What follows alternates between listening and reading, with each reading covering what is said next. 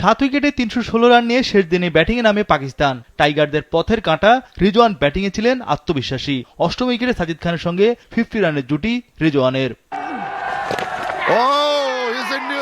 অবশেষে তাইজুল এনে দিলেন স্বস্তি। সাজিদ খান 28 রানে আউট। তাইজুলের 5 উইকেট শিকার। টেস্টে এটি বাঁহাতি স্পিনারের 18তম 5 উইকেট। পরের ওভারেই শরীফুল উল্লাসে মাতালেন টাইগারদের। 94 রানে মোহাম্মদ রিজওয়ান আউট। পুরো ম্যাচে একমাত্র উইকেট শরীফুলের। 358 রানে পাকিস্তানের 9 উইকেট পতন। শেষ পর্যন্ত 358 রানেই দ্বিতীয় ইনিংসে অল আউট পাকিস্তান। 78 রানে সিলেট টেস্ট জিতল বাংলাদেশ। তাইজুল শিকার করলেন 6 উইকেট। পাকিস্তানকে সিরিজে হোয়াইট ওয়াশ করলো স্বাগতিকরা। এ নিয়ে পাকিস্তানকে টানা 2 সিরিজে হোয়াইট ওয়াশ করলো বাংলাদেশ। এই সিরিজের আগে 2024 সালে পাকিস্তানের মাটিতে তাদেরকে হোয়াইট ওয়াশের লজ্জা দেয় টাইগাররা।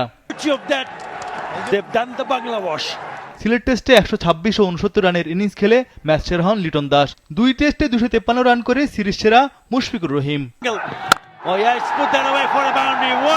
সিলেট টেস্টে টস হেরে ব্যাটিংয়ে নেমে প্রথম ইনিংসে 278 রান তোলে বাংলাদেশ। 116 রানে 6 উইকেট পরে এক পর্যায়ে। তবে লিটন দাসের 126 রানের ইনিংসে লড়াকু সংগ্রহ করে টাইগাররা। যেখানে পাকিস্তান প্রথম ইনিংসে করে 232 রান। সফরকারীদের পক্ষে সর্বোচ্চ 68 রান করেন বাবর আজম। নাহিদ রানা ও তাইজুল দুজনেই শিকার করেন 3 উইকেট। 46 রানের লিড নিয়ে বাংলাদেশ দ্বিতীয় ইনিংসে তোলে 390 রান। মুশফিকুর রহিম 137 রান করেন। লিটন দাস 69, ওপেনার মাহমুদুল জয় করেন 52 রান। 437 রানের টার্গেটে চতুর্থ দিন শেষে পাকিস্তান তোলে 7 উইকেটে 316 রান। ক্রিজে রিজওয়ান ও সাজিদ খান থাকায় শেষ দিনে আশাবাদী ছিল পাকিস্তান। তবে টাইগারদের নিয়ন্ত্রিত বোলিংয়ে হার মানে সফরকারীরা।